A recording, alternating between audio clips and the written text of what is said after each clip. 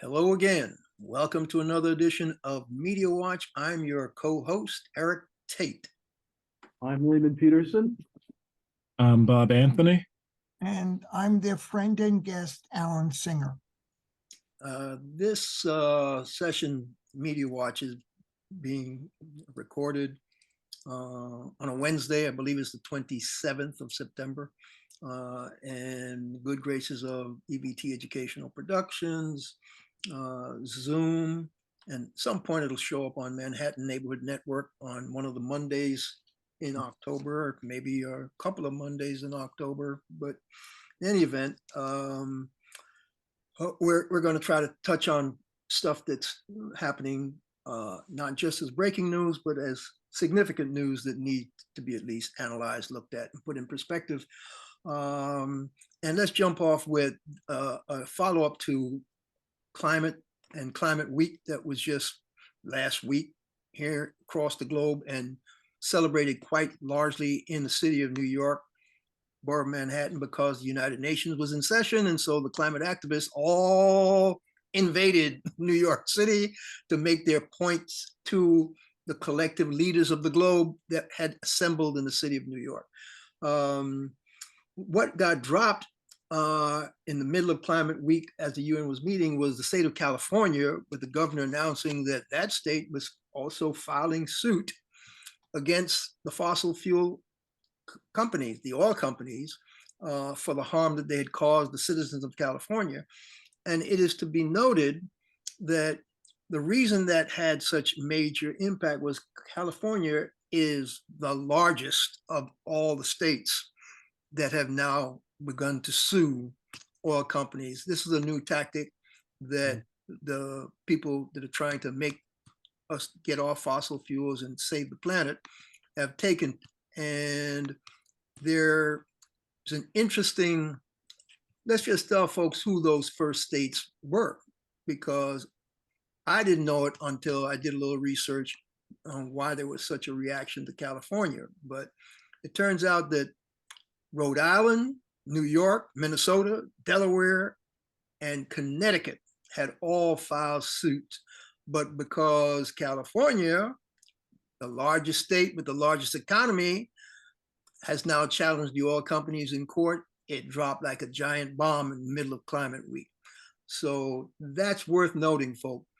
Alan, you had a couple of other things you wanted to make note.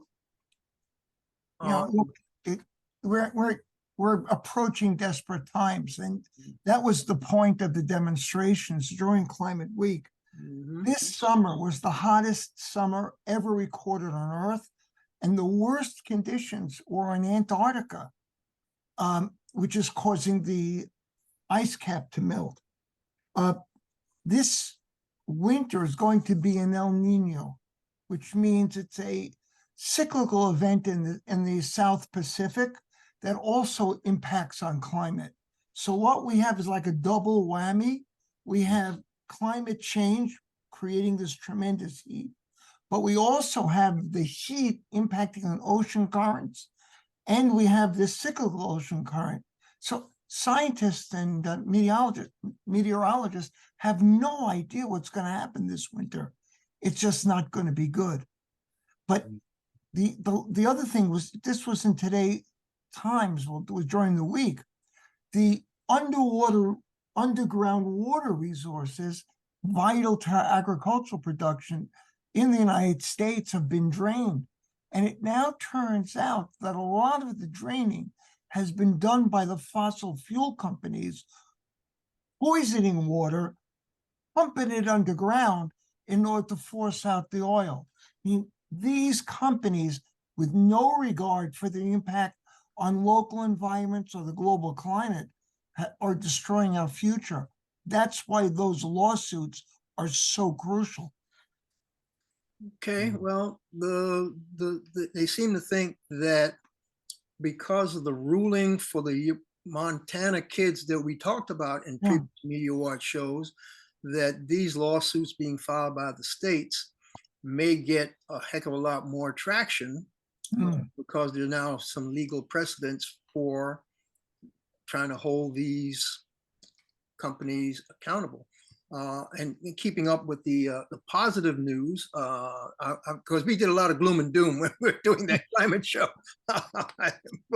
but WEACT, the environmental group based here in New York City, puts out a regular newsletter, and I just saw their Climate Week update. And one of the positive things, they had a lot of positive things in the newsletter, but what caught my eye was the fact that President Biden created something that a whole bunch of climate activists have been asking for years, which is an American Climate Corps, a new civilian climate program that's going to be almost like, you know, the Peace Corps and the Conservation Corps, whatever that in years gone by.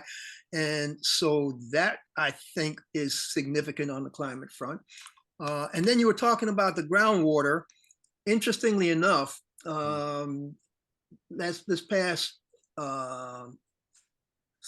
weekend times, there was an environmentalist who sent a letter to the Times about their very extensive takeout on the groundwater crisis that was facing the country. The Times ran a series that was just explicit with charts, graphs on just how badly that stuff was. And it was so well documented that the lady by the name of Ann Hayden lives in San Francisco, who is vice president for the Climate Resilient Water Systems Environmental Defense Fund. Her letter, I'll quote quickly, commending them for that in-depth study, but said what was not conveyed is the labor of thousands working on solutions: farmers, indigenous leaders, rural communities, scientists, and even some lawmakers are pioneering new efforts that need attention and support. Satellite data is not used just to track the scale of the problem. Farmers are increasingly using new satellite-based platforms to track and address water consumption in their fields. California growers are being paid to repurpose once thirsty farmland in creative ways that encourage groundwater recharge and other public benefits. So she came out with a list of, you need to publicize these positive steps so more people will get on board and not cry gloom and doom. And so I thought that was extremely well done on her part, and I'm glad the Times published her letter. And a lot of the pushback you get about climate change is that, you know, we just can't do it. We don't have the resources to change the way we're doing it right now. But we have pivoted in the past. Where everybody on this broadcast is old enough to remember the schools when they were heated with coal. You had coal trucks pulling up to the school and loading the coal for heating. We pivoted away from that because we realized what it was doing. Same with the old incinerators in every building.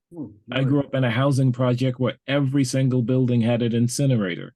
We decided that it wasn't worth it to poison our air like that, and to basically to heat the air from tens of thousands of buildings at a time. So we have pivoted in the past.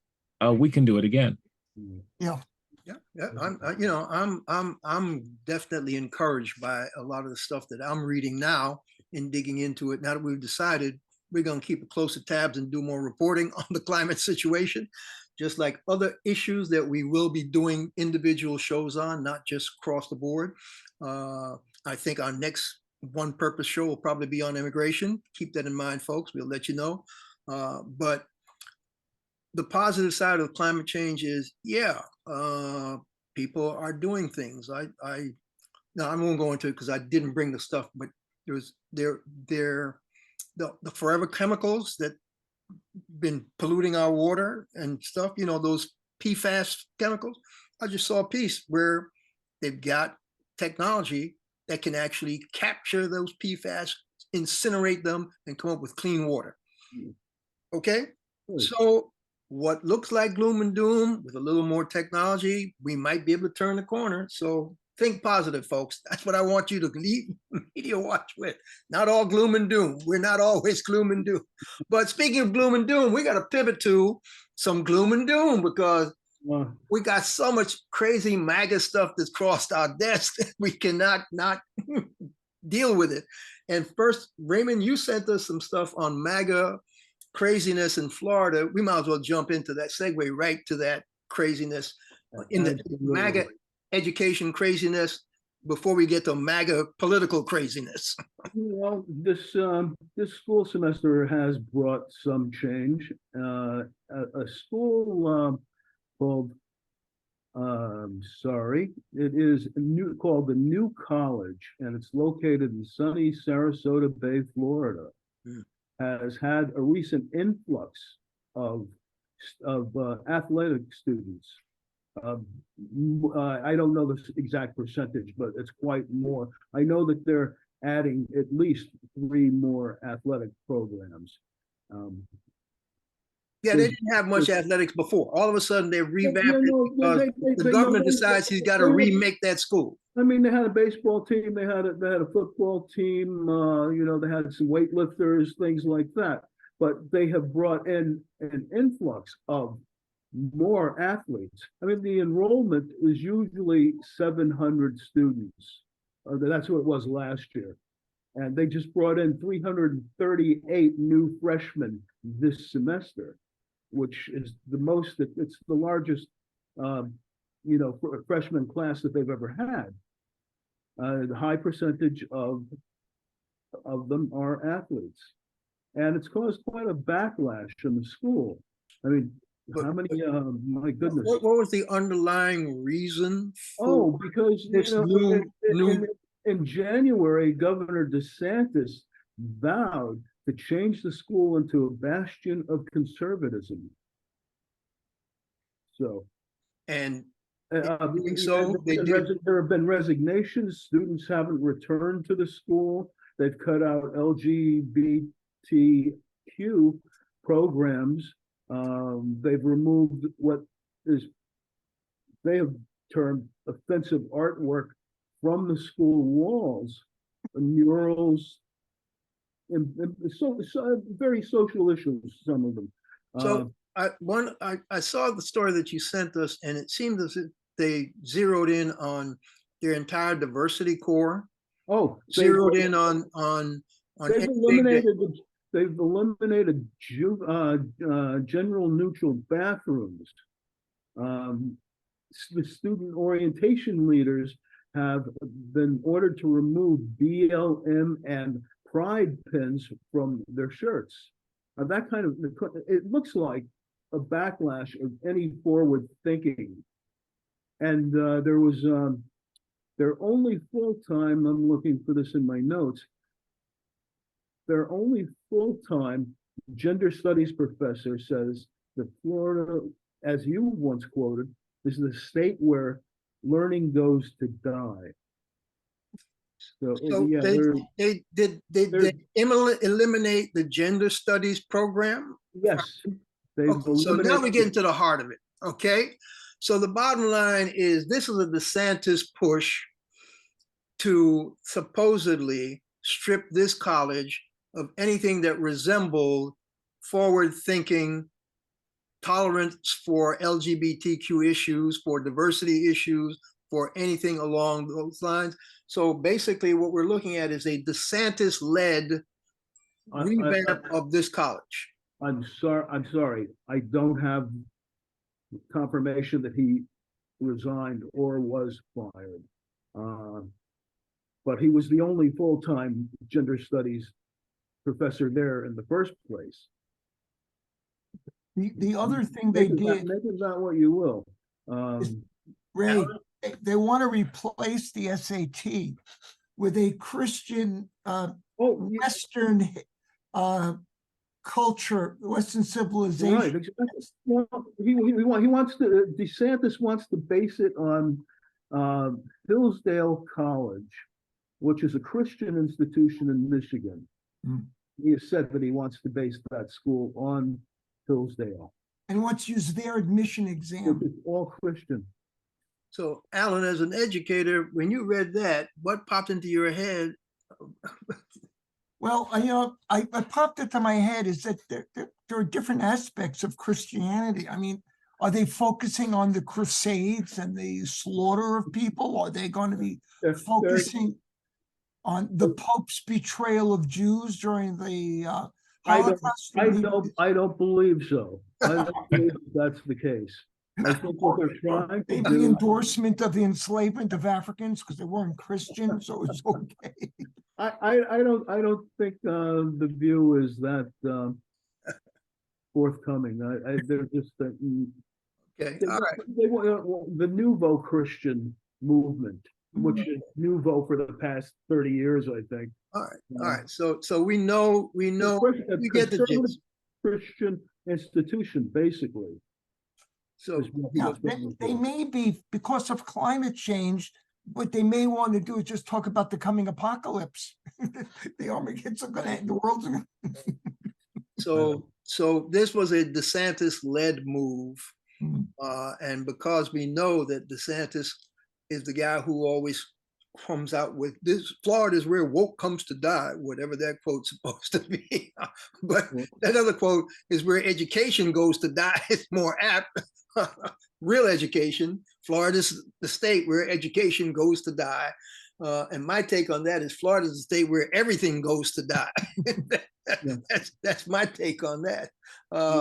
But segue to what's basically that same hard right, anti-LGBTQ, anti anything pertaining to non-Christian stuff.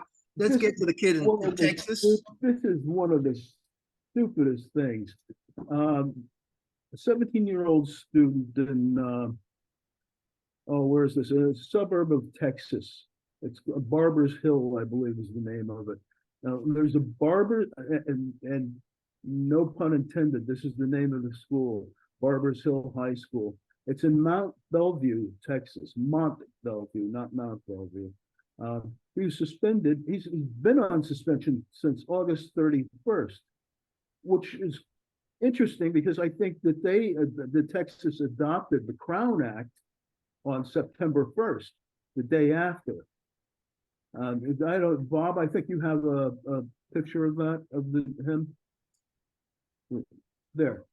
His hair is fine by me, but they claimed it violated their school dress code. What was their charge? School dress code, according to the school, says that his hair violates the independent school district's dress code for males, which prohibits male students from wearing their hair that, quote, that would allow the hair to extend below the top of a t-shirt collar, below the eyebrows, or below the earlobes when let down. Now, Daryl wears his hair up. He's occasionally worn, a ponytail, but how long can his ponytail be? I don't think it would come below his shirt collar. And also, his hair is is infused. It's intertwined with hair from his father and his grandfather. So it's very meaningful to him and the family. They refused to cut it down. He's been on what they call, and I don't know what the definition of this is, an in-school suspension, and he's still on it. Yeah, right. But no, the interesting thing is they don't have a hair policy for women. The Barbers Hill independent school system does not have a policy for women, but they do for men. Right, but I saw a female representative from the state of Florida talking about the Crown Act, I believe on Texas, CBS. Texas. And she in Texas, yes. And she was saying that the charge that they leveled against him didn't stand up when you take a look at the way he wears his hair, and that they're in violation of the Crown Act. And so the school district needs to be the school district discipline, not the young man. And, right. And she says this is not the first time that this school has singled out Black students for this hair thing in violation of the Crown Act. So right. This looks like another school district has asked the court for a clarification of the guidelines. Yeah, his mother said that he always wears his hair up so as not to be in violation of the guidelines, and that they've never seen his hair down. So how do they know how long his hair is? Now, in-school suspension means he reports to school, but he reports to the dean's office. He's not able to go to classes, and they send work for him. So he's essentially in detention. Yes, he's in Yeah, detention. yeah. His mother says his classwork is suffering because of this, and she wants some redress. And I hope the state representative can help her, because I think this kid is being selectively persecuted. That's what I think. I think he What was what I would like to see, Ray, Alan, is a single study which shows that hairstyle has any effect at all on the quality of a student's education. I would like you to see one study that says a hair regulation improves the opportunity to learn, for learning. Yeah, this is so ridiculous. Does there have to be a reason? Oh, they talking about we need individual sacrifices for the good of the larger body of the population. That's what they're saying. That is their they want all their students to do self-sacrifice for the good of the larger population. Yeah, right. I think it is a violation of the state law and a crock of BS as far as I'm concerned. All of this MAGA stuff, especially against people of color, reminds me of the 60s when the FBI went after the Black Panthers, who started out with education programs for children, feeding breakfast to children in need, and benefiting their neighborhoods. And then all of a sudden, they were labeled a subversive group.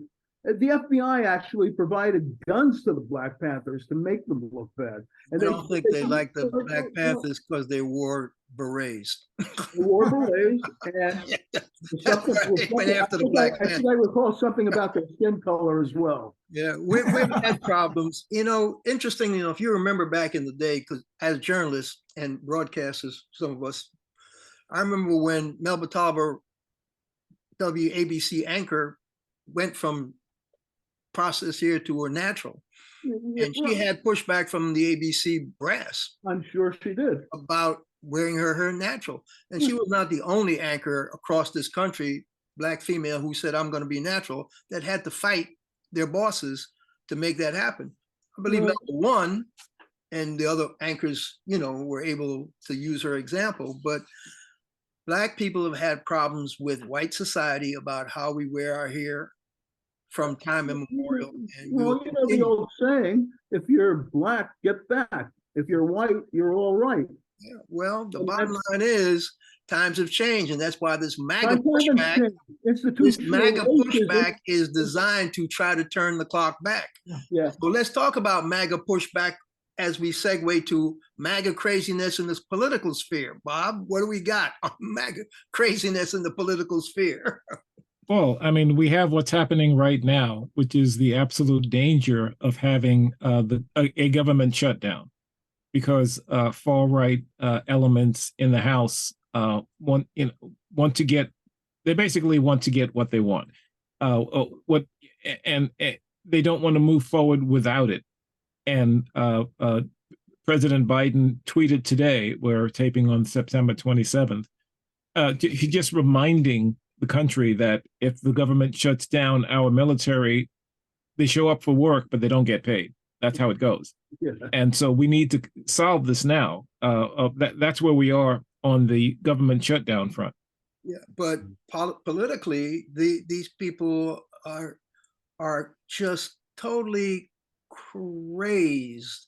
But historically, this bit about them wanting their way, Alan, talk a little bit historically while we still have a little bit of time before I get to that nice essay. Yeah, and we have about 3 minutes just to keep us on. What you have is a Republican strategy that dates back to about the Reagan administration, 1981, where they could not put together a majority to pass policy. So their program was to block the government and blackmail. Say, if we have a temper tantrum, if we can't get what we want, we're going to close the government down. In 1990s, Newt Gingrich did this against the Clinton administration. The longest shutdown actually was during the Trump administration because he refused to sign a budget bill unless he got what he wanted, even though Congress didn't pass it. So what we have essentially are temper tantrums that say, if we don't get what we want, we're closing the government down. No one's getting anything. And the group that's pulling this now is actually a very small group. We're talking about less than a dozen members of Congress, right wing, representing overwhelmingly white, older districts in rural areas, a fraction of the nation's population. And they're saying they're going to close it down unless they get everything that they want. Part of the problem is that the Speaker of the House, Kevin McCarthy, he empowered this group in order to get the speakership. He said, well, okay, I'll let you block things. So now what we have is Republicans in control of the House of Representatives have empowered this small group that represents virtually nobody. It's the concept of the negative quorum. You don't need a majority. You just need enough people to block what the majority can do. And we have about a minute and a half. Trump and DeSantis have both endorsed this strategy, by the way. See, if you take a look at the person that pops up on screen when the media is trying to cover the craziness that's going on is Kevin McCarthy, who is trying to wrestle with these recalcitrant, I don't even want to call them cats, whatever, these nihilistic gum up the government works people, because that's their philosophy. And because he promised them what he promised them and they can just call for his ouster at the drop of a hat, he doesn't know what to do. And the other person that keeps popping up on my television screen is the guy who was being investigated for violating the Mann Act, taking 17 underage girls across state lines, who I still don't know why they didn't follow prosecuting him for what he was involved in, Matt Gaetz. And we only have about 15 seconds. So Matt Gaetz and Kevin McCarthy are the two polar opposites for getting our government to function. That's why we're where we are, folks. This has been Media Watch. I'm your co-host, Eric Tait. I'm Raymond Peterson. I'm Bob Anthony. Catch up to us on YouTube at Media Watch EVT. And I'm their guest and friend, Alan Singer. Thank you very much for having me. Historian and author and blogger, educator, Dr. Alan Smith, thanks for joining us. Alan Singer, thanks for joining us. And folks, we'll catch you the next time.